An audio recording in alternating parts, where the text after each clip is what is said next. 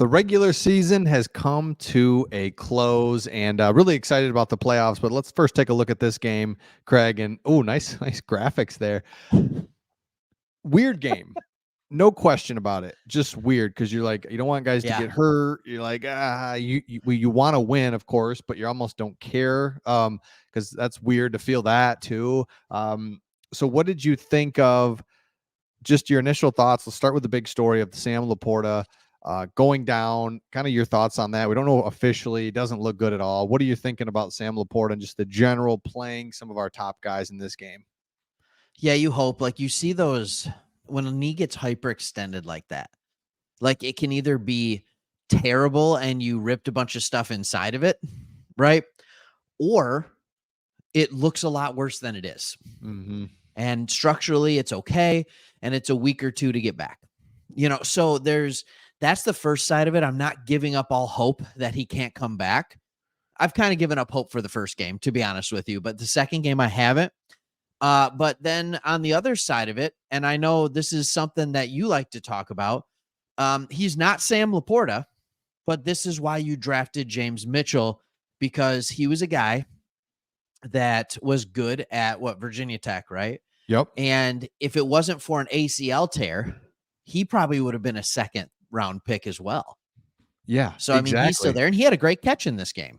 Yeah, and so you look at a guy that probably was slated or had ideas to be our number one tight end. We take Sam Laporta. Of course, we know Sam Laporta is better than James Mitchell because he plays more. And so, like, he's the best rookie tight end ever. Yeah, this is a huge blow any way you look at it, but it's not like Brock Wright, no offense to him, is coming in Brock Wright doesn't even see the field. He was our kind of main tight end a couple of years ago once we traded Hawkinson.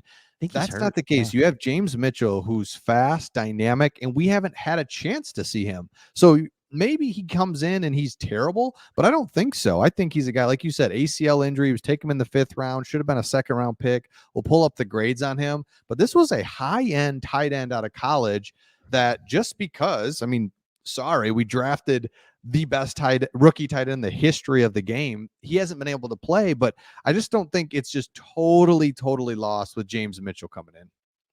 No, it's not a total loss, but what it does, it's not even one of those things where it's like, oh, what is it, like Ferkser or something like that we got on our team. He was really good for Tennessee a couple years ago. He's on the practice squad.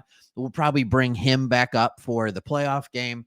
There's certain players that can play. I think with Mitchell, it's not so much, Mitchell needs to replace Sam Laporta. That's not what it is. Can you match his blocking, but then also know that, okay, maybe we'll use Gibbs more in the passing game. Okay. We'll use St. Brown. I know it sounds weird, more in the passing game. This actually, to me, makes it all the more important that Jameson Williams can get healthy. Yeah. I need that ankle to be healthy, because then St. Brown can work the middle of the field, and you let St. Brown do what Laporta was doing. You allow Donovan Peoples-Jones to get a few more reps, things like that. We have some depth there. I'm not saying they're Sam Laporta, because they are not. But usually the hardest time to make up for losing a guy is the rest of that game.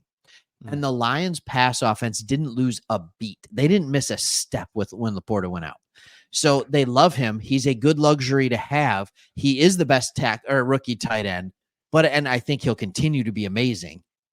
But I think we are going to be okay without him. It might be wishful thinking, but I think we'll survive. I agree. I think we'll survive. I think, weirdly enough, he's way up there, but if you had to rank guys that you absolutely could not lose in this game, or season injuries, like Goff, Ragnow, Sewell, Decker, St. Brown, Gibbs, they're all ahead of him.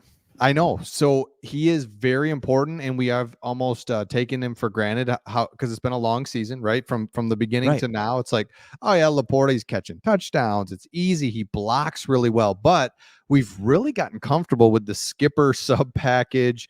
I know obviously it gets a lot of the headlines now because of what happened, but that's like a real thing where like skipper's coming in, he's reporting eligible all the time, and he's kind of the blocking tight end. Yeah. Yet oddly, it's like, but one of these times he's going to go out for a pass. Like it's this weird little mental thing that you're playing with the other team, where it's like, okay, he's in, he's going to be a run. Obviously, it's like, well, but so there's ways that we're able to compensate for him being out. But James Mitchell, I'm just like, it's just a really good opportunity for somebody to show what they've been able to do or how good they are, because he has an opportunity now. And so I don't know, maybe he's terrible and he can't, drops the game-winning touchdown next week, or he's like, dude, you're solid. Like, this is great to see. I can't wait. Yeah, it's great to see, and you're right. I can't wait. I mean, like, and I think he'll be just fine. I think he'll be fine. He won't be Laporta, but I think this team has enough weapons in other areas, and I just can't say it enough. Like, if Mhm. Jameson Williams is back, we're gonna be fine. We're What gonna. the struggle is that it makes us a little bit more predictable because I don't think there's anybody else who can do both as well as Laporta. That's right. Like, you might be able to block well, you might be able to run a route well. So I think like Donovan Peoples-Jones can catch the ball as well if you're just letting them line up in the slot and or running the routes that Laporta's running. And I think Mitchell might be able to block almost as well. But Mhm. right, or I guess not even Mitchell can block as well. That's probably not true. But obviously if you bring Skipper in, he can block as better, but it's more predictable. It's just Yeah, more predictable. And that's why you need to use guys like Gibbs. You need to have fun with Gibbs coming out of the backfield. That's going to be the difference. absolutely. So let's switch gears